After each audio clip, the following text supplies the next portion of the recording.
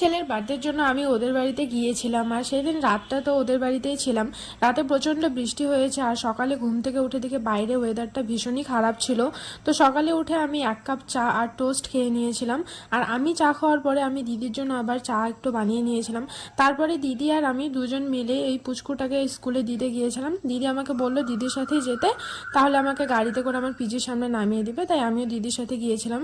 আর ওকে স্কুলে নামিয়ে দেওয়ার পরে আমি আর দিদি একটা কাপড়ের দোকানে গিয়েছিলাম। আমার দিদি একটা কাপড় নিবে, তো সেটাই দেখছিল। সকাল সকাল তো কোনো দোকান সেরকম খোলেনি, এই দোকানটা খুলেছিল, তো আমরা এখানেই গিয়েছিলাম। আর দিদি এখান থেকে একটা কাপড়ও নিয়েছিল।